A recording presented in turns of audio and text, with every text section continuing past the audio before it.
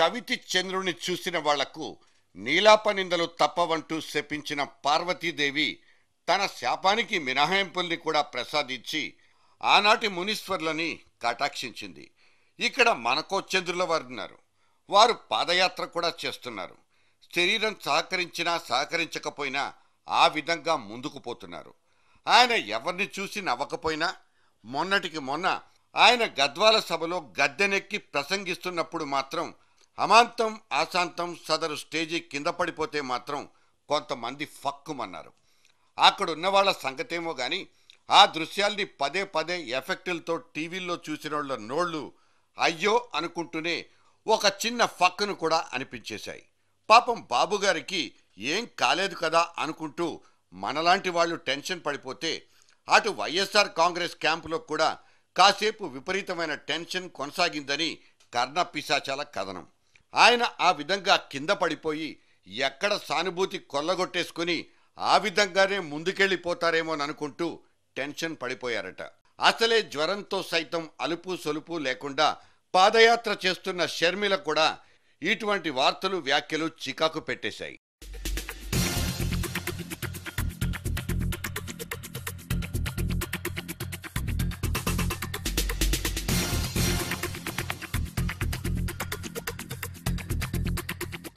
ఇంతకాలానికి బాబుగారు ఇలా జనజీవన స్రవంతిలో మమేకమై మీకోసం వస్తున్నానంటూ పాదయాత్రలు చేస్తుంటే మధ్యలో జరిగిన ఒక చిన్న అపశృతి ఆయన నడుము పాలిట శాపమై కూర్చోవడం నిజంగా ఒక దురదృష్టం.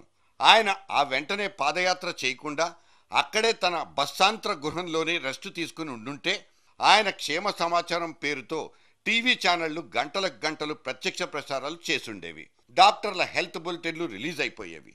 పనిలో పనిగా బాబుగారి పని అయిపోయిందంటూ ఇంకొన్ని ఛానళ్లు పనిగట్టుకుని మరీ టెలికాస్ట్లు చేసి పారేసేవి. అంతటితో ఆగుతారా ఈ మీడియా వాళ్ళు? నడుము నొప్పి వెన్నెముక స్పెషలిస్టులతో చర్చా వేదికలు పెట్టడం, బాబుగారి పేరిట గుళ్లలోనూ మసీదుల్లోనూ చర్చిల్లోనూ చేసే ప్రార్థనల వార్తా విశేషాలతో పాటు ఎస్ఎంఎస్ల పోలింగులు, బాబుగారు త్వరగా కోలుకోవాలంటూ శుభాకాంక్షల స్క్రోలింగులు ఎన్నెన్నో జరిగిపోయేవి.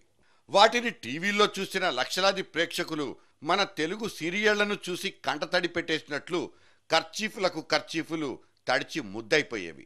కానీ బాబుగారు మాత్రం ఎందుకో మరి అప్పటికప్పుడు నిర్ణయం తీసేసుకుని ఓ అరగంట పాటు నడక లాగించేశారు.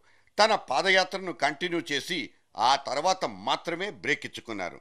దాంతో దిగాలు పడిపోయిన మీడియా తమకు దక్కిన ఆ ఒక్క డయాస్ కొలాప్స్ షాట్తో సరిపెట్టుకోవాల్సి వచ్చింది.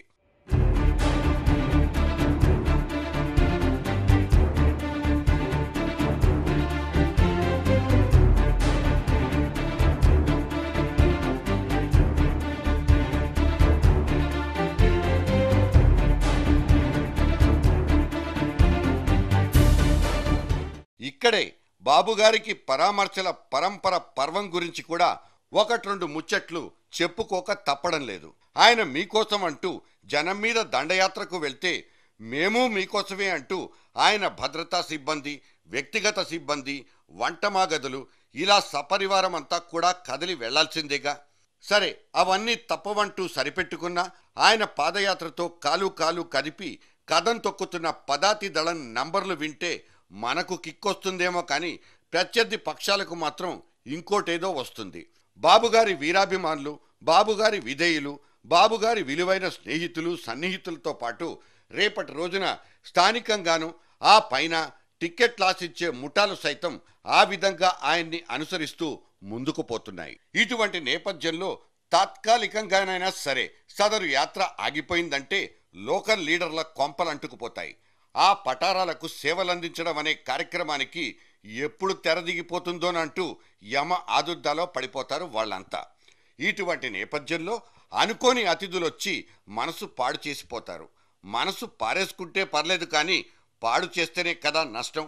ఇటువంటి అనుకోని అతిథులే మన గద్వాల సంస్థానపు అపూర్వ దంపతులు mister Bharat Simha and DK Aruna. Madam phone చేసి రాకరాక మా ఊరొచ్చి ఇలా కుప్పకూలిపోయారంటూ ఫోన్ అమర్శ చేయబోతే అయ్యగారు రెస్ట్ తీసుకుంటున్నారంటూ చెప్పి ఫోను పెట్టేశారు చంద్రంబాబు స్టాఫ్. పోనీ సదరు టెంటుల దగ్గరికే స్వయంగా వచ్చి అన్నను కలుస్తానంటూ ఆ భరత్సింహుల వారే పలకరించబోయినా కనీసపు మర్యాద పాటించకుండా మళ్ళీ రెస్ట్ తీసుకుంటున్నారన్న అరిగిపోయిన రికార్డునే వినిపించడం విచారకరం.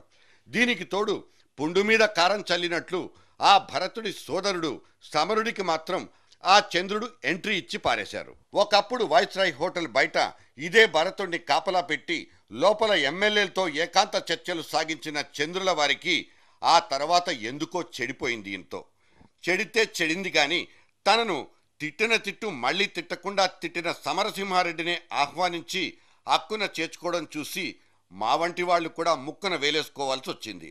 అంటే బాబుగారి ఆంతర్యాన్ని కొద్ది కొద్దిగా గుర్తించగలుగుతున్నామన్నమాట. దీన్నే స్మోక్ ఆఫ్ గద్వాల్ అంటూ పిలుచుకుందామా? ఒకరి మీద ప్రతీకారం తీర్చుకున్న తర్వాత పరామర్శలకు వెళ్లే ప్రతి నాయకుల్ని సినిమా స్క్రీన్ల మీద తెగ చూసేస్తుంటాం. అయితే పరామర్శకొచ్చిన వాళ్లను రానియకుండా ప్రతీకారం తీర్చుకున్నట్లు ఫీల్ అయిపోయే అరుదైన ఇటువంటి దృశ్యాలనే ఇక్కడ చూస్తున్నాం. ఇదిగో సరిగ్గా ఇవే బాబుగారి వంటికి పడవని చెప్పేది.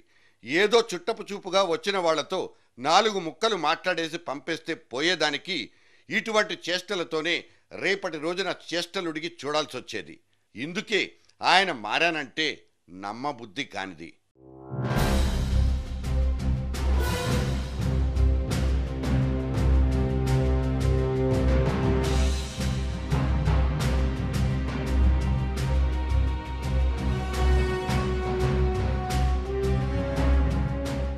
పాదయాత్ర కాన్సెప్ట్ అదిరిందయ్యా చంద్రం అంటూ అందరూ తెగ పొగడేసినప్పుడు బాబుగారు ఉబ్బి తబ్బిబ్బై అయిపోయారు. నేను సైతం అంటూ చెప్పులు కుట్టడానికి కూడా తెగించినప్పుడు బాబుగారు ఇంత ఇదిగా బెండ్ అయిపోయారేంటని కలయా నిజమా అంటూ మనల్ని మనం గిచ్చి కూడా చూసుకున్నాం.